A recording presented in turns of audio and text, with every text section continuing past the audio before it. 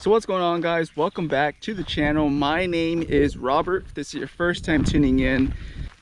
So what we're going to talk about today is fitness ROI, or your return on your fitness. And that's going to involve, your mental, your physical, how you feel, how you react to things, all of that stuff. Then also that can be rolled into how you perceive your business, how you act in your business, how you think about your business, how you handle different situations, and how fitness can actually play a role in that. So stay tuned, we'll go ahead and get into it. So another thing I am pondering, kind of thinking about, is maybe bringing you guys along for maybe one of my runs throughout the week. So maybe we'll start incorporating one video a week where I show one of my runs, whether it's a speed run, a long run, whatever. It's something I'm kind of thinking about, kind of tossing up, just to kind of maybe get some other people involved into fitness, or to working out, or to just bettering their lives in general. So we'll see if I do it. More than likely I will, but I'm just letting you guys know ahead of time. That's something I am planning on doing. And so without further ado, let's go ahead and get into it. So when we think about investing, we don't necessarily think about our fitness ROI or our investing in our health. That's something that isn't typically thought. That's not something that typically comes up first in mind when we talk about investing. We usually talk about investing money, right? Investing cash and having it grow for us and make us a return every single month or every single year, whatever, right?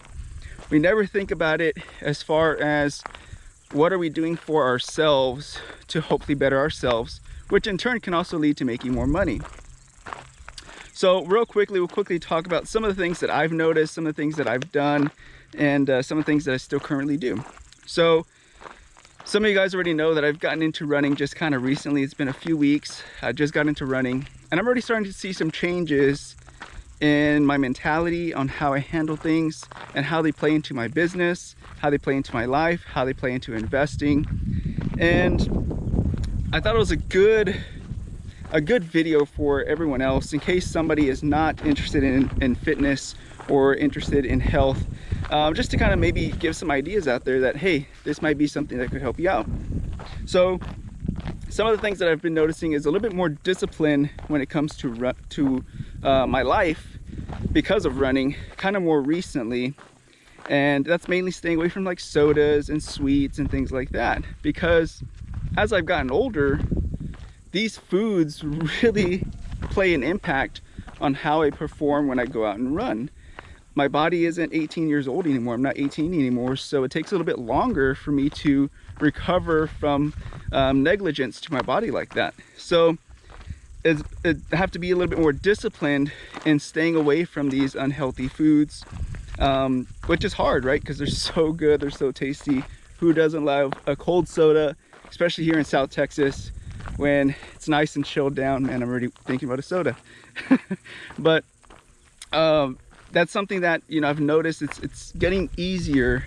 It's not completely super easy, but it's getting easier to just say no, because I know that if I do it today, if I drink a soda, or if I drink a couple sodas, tomorrow, if I have to run tomorrow, I know I'm gonna pay the price. And I know it's gonna make things harder. I know it's gonna make it more difficult. And I know mentally I'm going to want to quit because I feel bloated or whatever, right? So that alone is making me more disciplined, and it's rolling into other parts of my life as well. And I'm getting more disciplined in other business deals or business transactions. Another thing that I'm also noticing is patience.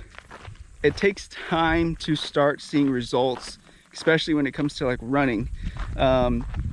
You have to really put on the mileage. You have to put on mileage, and finally, over a couple weeks, you'll start seeing results.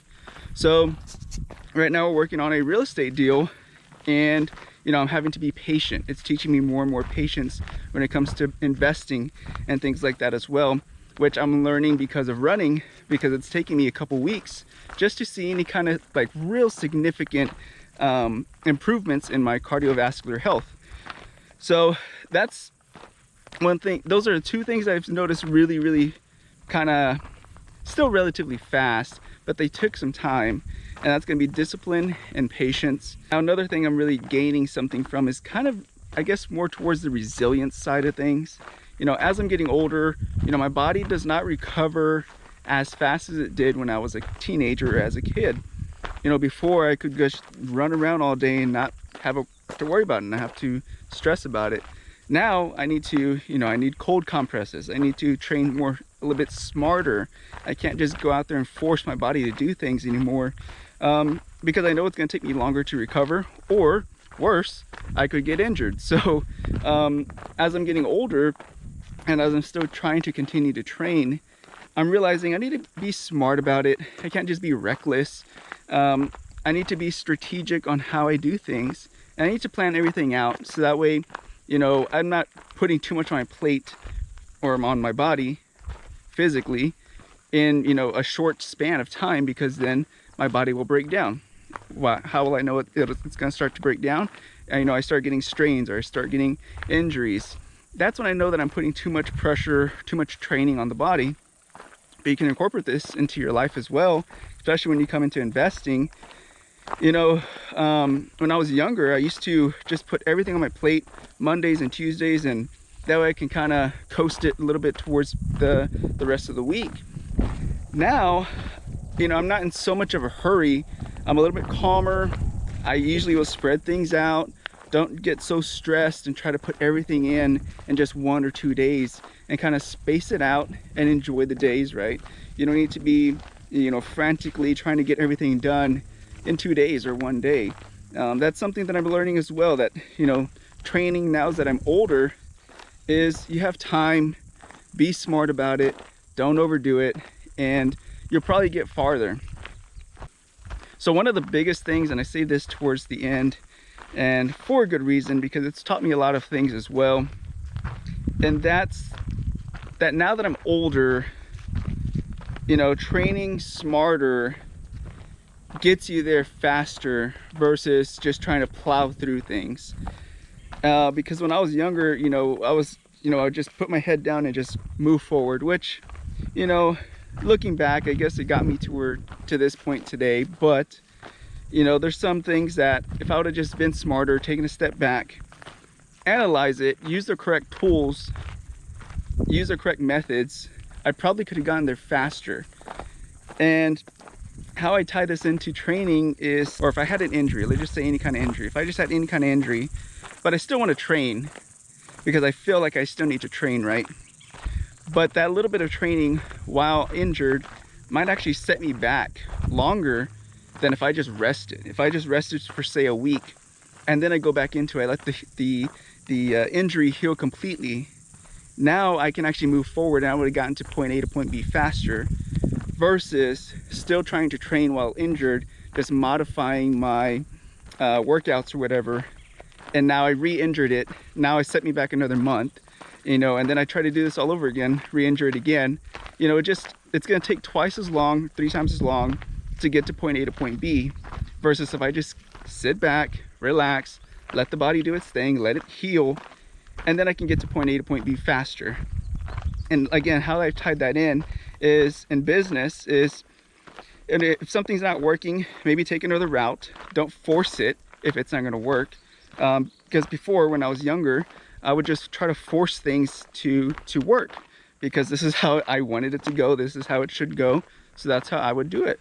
And again, now that I'm getting older and realizing that, you know, I probably could have gotten to this place or that place a lot faster if I just did it this way instead of trying to force it that way, right?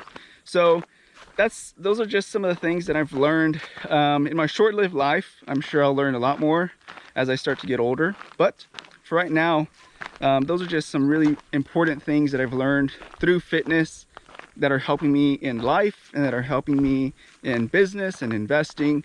Again, we don't always think about this side of investing. We always think about the money side. So but it all ties in together. But without further ado, be careful, be good, take care, God bless. See you guys in the next one. Bye-bye.